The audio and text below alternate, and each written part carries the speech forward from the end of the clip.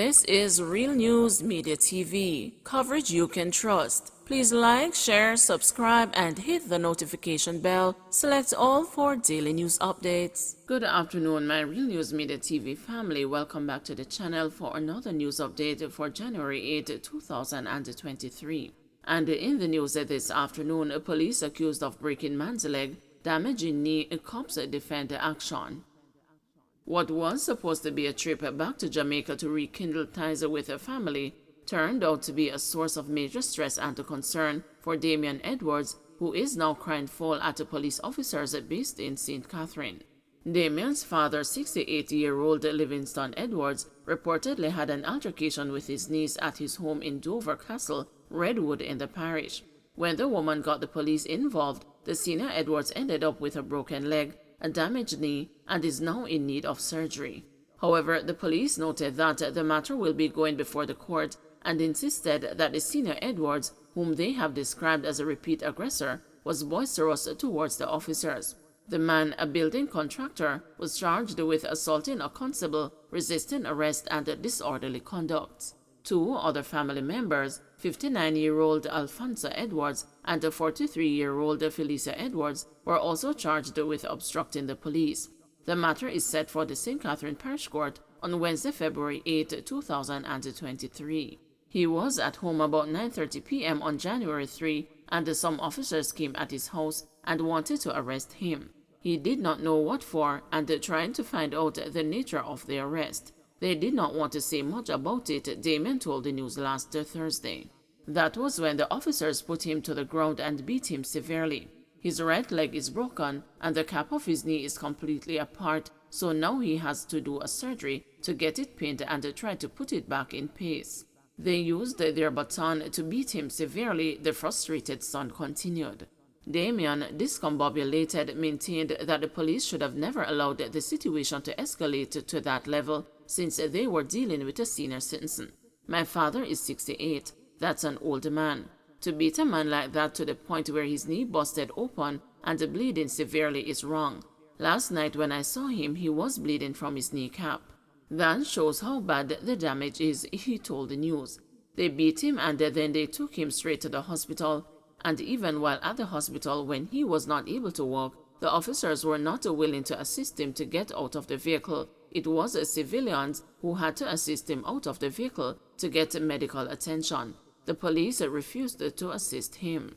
Deputy Superintendent of Police in charge of Linstead Zone, Sharmish Barnett, told the news Sunday that when the police are called to any particular incident, they have to act in their best interest and in the interest of those who would have made their complaints. All Edwards would have needed to have done is to follow the instructions of the police. The police were asking him to come to the station. I know that my police officers acted in a just manner and that they will be able to account for their action in court, she said. If they did not take action, they would have been mobbed there by the family members. I was told that the persons were eager to get the police out of the space and the man is a known aggressor. It's not the first time that complaints would have been made against him. Barnett stressed that the situation is quite sad because officers don't want to go to any incident and have to be reacting in that particular way. But again, the police are trained, and whenever they come upon resistance, especially resistance of that nature, they are going to take action. It is very unfortunate, especially because it's a family incident. Barnett further debunked claims that the police refused to assist the senior Edwards to receive care at the hospital.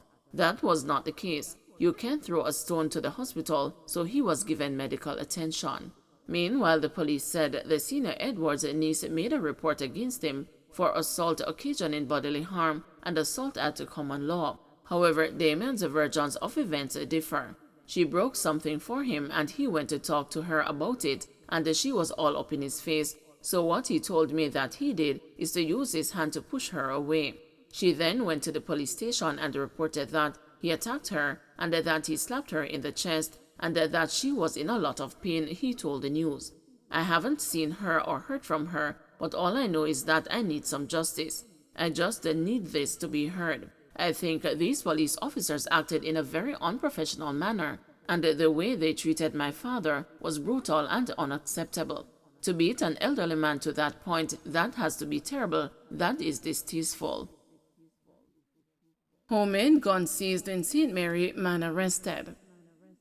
The St. Mary police on Saturday took a man into custody following the seizure of an illegal homemade gun along with ammunition in Tremolesworth district in Highgate. The police report that about 10:10 p.m., lawmen were in the area when they saw a man with an object in his hand.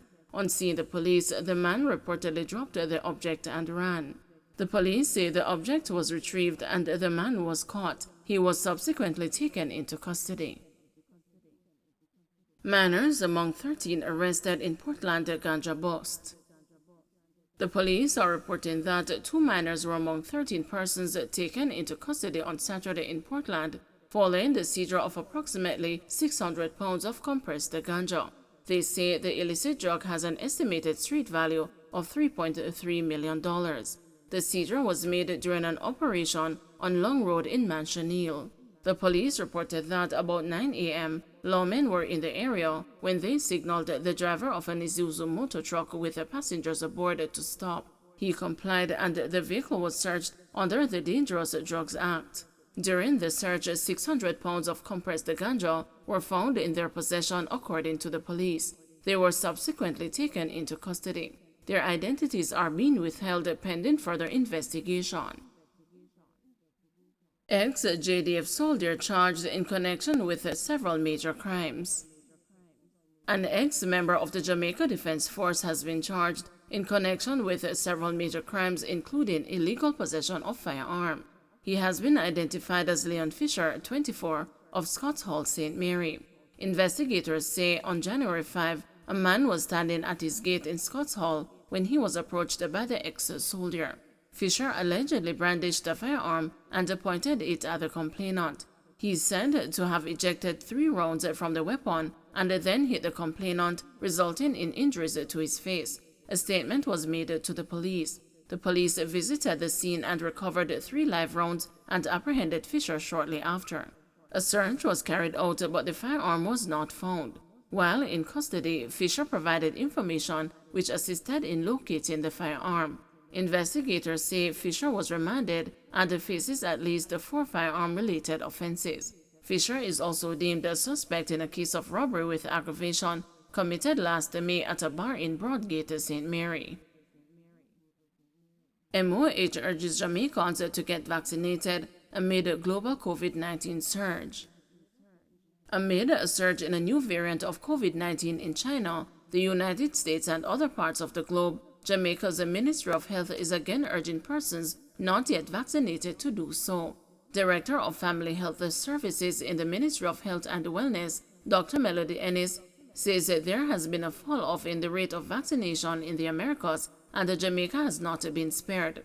Speaking with the news, Dr. Ennis said the trend is cause for concern.